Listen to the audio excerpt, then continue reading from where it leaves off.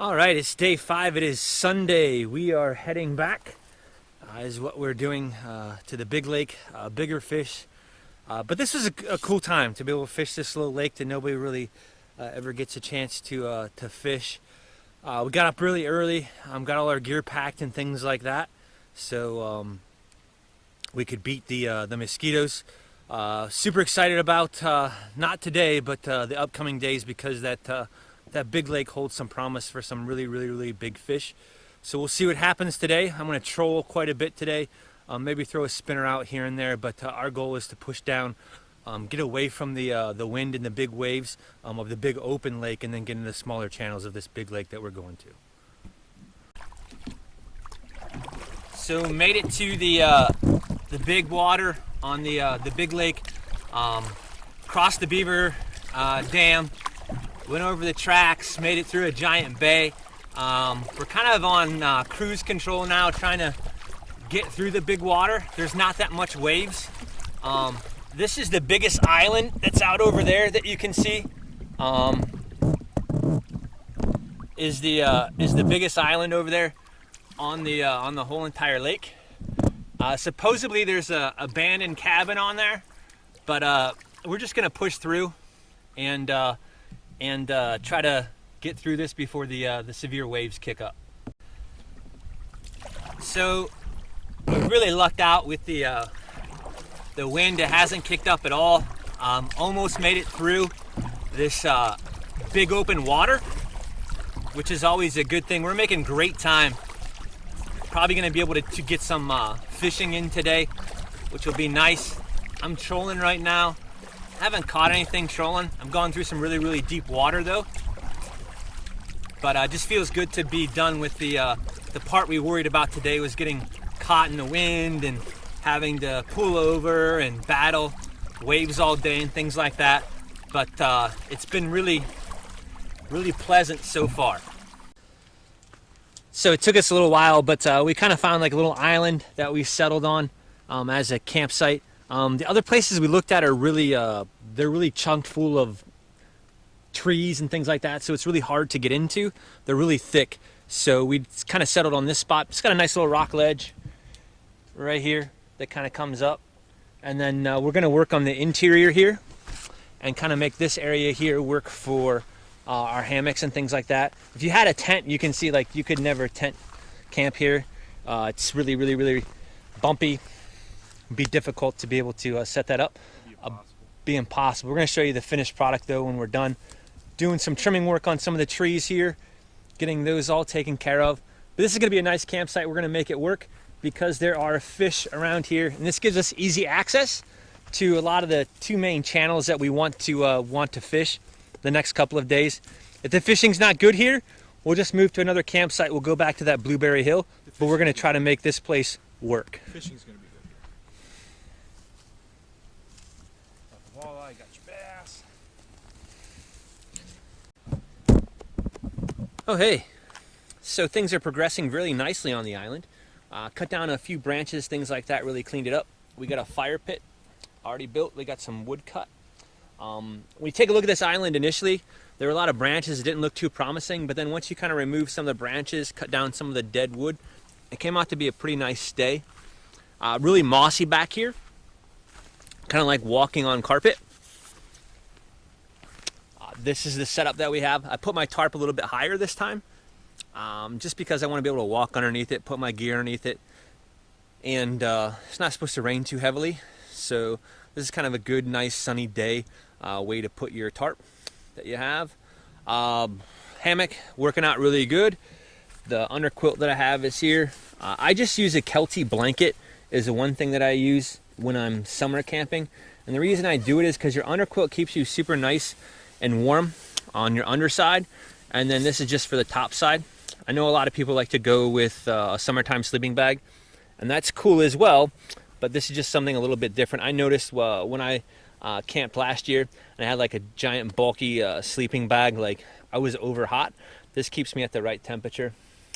There's Casey's setup over there, real similar to what I have, and then you use the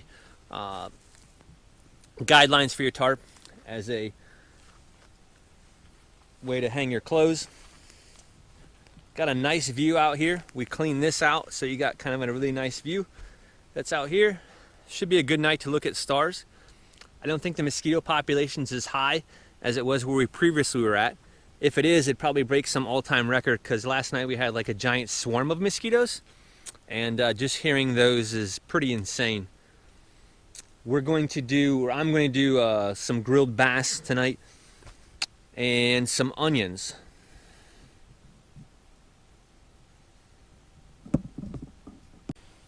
Hey, how are you guys doing?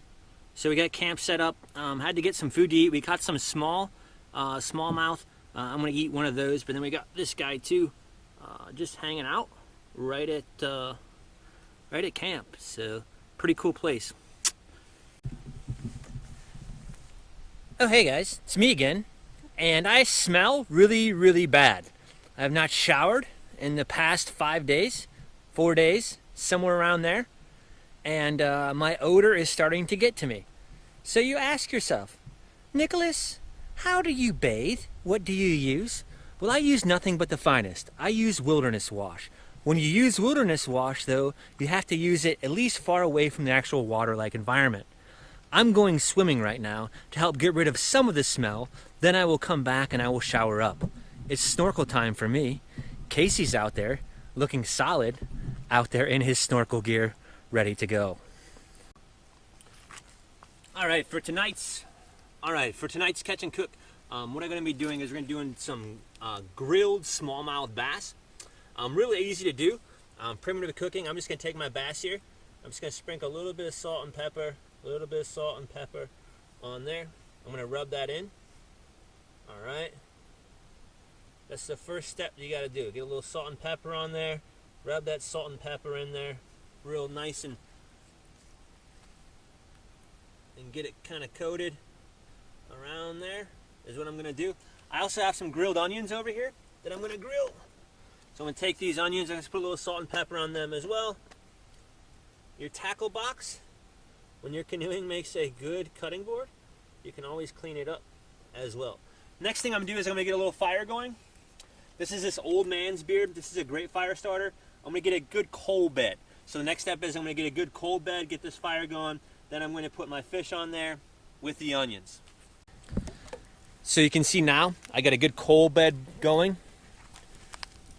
And I put my bass over top of that. And now what I'm going to look for is I'm going to look for this meat here to start to become nice, white, and flaky. This can take some time. So don't be in a rush. Don't be in a rush to fillet your fish. Don't be in a rush to grill your fish. Just give this time and it will start flaking. With the onions, another thing I forgot to tell you is add just a little bit of olive oil to the onions. Rub it on.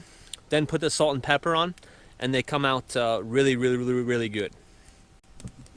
So this is what I'm talking about with the flakiness. You can see right here. That's what I'm looking for. That's what I'm not looking for. So you want it to be this white flaky. I'm still waiting down here for that end down there to kind of become flaky. Same thing on the other fillet. You want to see that white flakiness is what you want to appear. You got all the time here. You're camping. It's nighttime. Not a lot's going on. You're going to read a book. You're going to hang around a campfire. Take time in cooking. All right, so my fish is all that white flakiness that I want it to be. And I'm going to add one little final step here, and that's honey and a little bit of Texas Pete hot sauce. So I'm just going to drizzle a little bit of honey on here. Here's a little bit of honey on this side, right here. And it's going to kind of crispy caramelize on top here a little bit. And then after that, I let that sit for just a few. I'm just going to then mix it with a little bit of Texas Pete's hot sauce. So then I get that sweet and I get that heat. That's smallmouth bass grilled over an open fire. And here's the final finished product, the grilled onions and that Texas Pete and that sweet honey smallmouth bass. When you're doing this, I don't know if I said this earlier, you want to leave this skin on the fish. That skin's going to char, and that's okay. You're not eating the skin.